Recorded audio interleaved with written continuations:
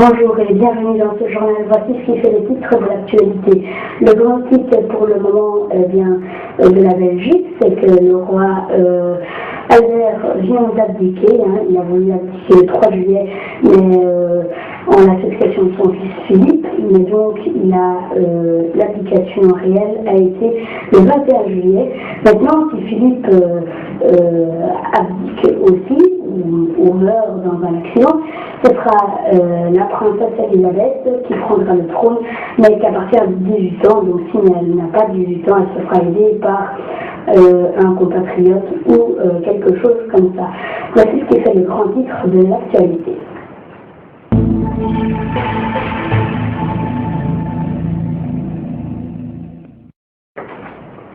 Voilà, mesdames et messieurs, et donc bienvenue dans ce journal. Un événement spécial pour la Belgique maintenant, et qui est pour le moment maintenant dans un petit peu près tous les pays. Le roi Albert II vient d'abdiquer en la succession de son fils, Philippe Ier, maintenant, on va pouvoir l'appeler. Comme je vais vous le dire, pour le moment, il y a 3 reines et 2 rois ici en Belgique. Il y a Philippe et Albert, parce que si maintenant vous voulez appeler Albert le prince Albert, ce ne sera pas le prince Albert, mais le roi Albert toujours. Donc il y a 2 rois. Et alors 3 reines, parce qu'il y a Fabiola, il y a Paola, et il y a Mathilde, la nouvelle reine 2013, la femme de Philippe.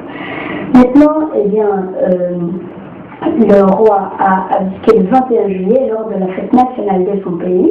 Lors du Tédéum, il a prêté serment et donc il a dit qu'il donnait la main à son fils. Il s'est dit qu'il allait abdiquer parce qu'il avait déjà des problèmes de santé et il s'est dit qu'il fallait peut-être laisser une chance à son fils de pouvoir gouverner la Belgique. Donc voilà, et alors vous allez maintenant voir le reportage qui est de Pierre Nicolas et Anne Galdebel à la fête nationale le 21 juillet. Un nouveau roi et une nouvelle reine en Belgique. Philippe a succédé à son père Albert II ce dimanche, jour de la fête nationale. Il est devenu le 7e roi des Belges à 53 ans. La famille royale a été acclamée par des milliers de personnes devant le palais à Bruxelles. Philippe a prêté serment peu avant 12h15 devant les 2 chambres du Parlement. Je jure d'observer la Constitution et les lois du peuple belge, de maintenir l'indépendance nationale et l'intégrité du territoire. Le nouveau roi a rendu un hommage appuyé à son père. Pendant son règne, Albert II a dû gérer de nombreuses crises politiques dans ce pays où les séparatistes flamands ont gagné du terrain et où la monarchie est présentée comme un des derniers symboles d'unité. Sire, pendant 20 ans, vous avez entretenu cette confiance en vous montrant, d'une part, proche de tous, chaleureux et profondément humain, et d'autre part, attentif et engagé dans l'exercice de votre responsabilité de chef de l'État. Dès que le nouveau roi a prêté serment, 21 coups de canon ont été tirés.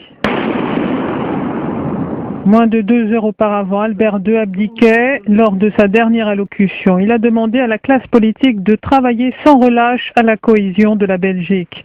Il a exprimé toute sa confiance à son fils aîné, estimant qu'il avait toutes les qualités pour servir son pays.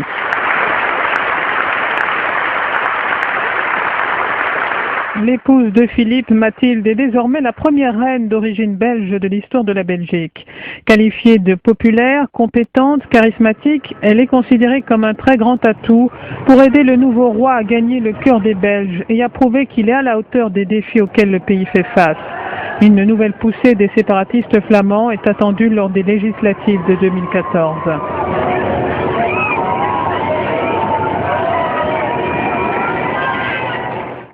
Voilà, mesdames et messieurs, vous avez eu maintenant le 21 juillet. Donc, le roi a abdiqué. Maintenant, c'est Philippe Ier et Mathilde. On verra jusqu'à quand ça ira, 2013 jusqu'à 2000 et quelques, 2000 je pense. Et après, ce sera la princesse Elisabeth qui viendra sur le trône, bien sûr. Et donc, nous irons jusque-là, mais pour le moment, c'est Philippe et Mathilde, roi et reine 2013. Je vous laisse et moi je vais vous retrouver pour un autre journal spécial pour un autre journal très spécial. Au revoir.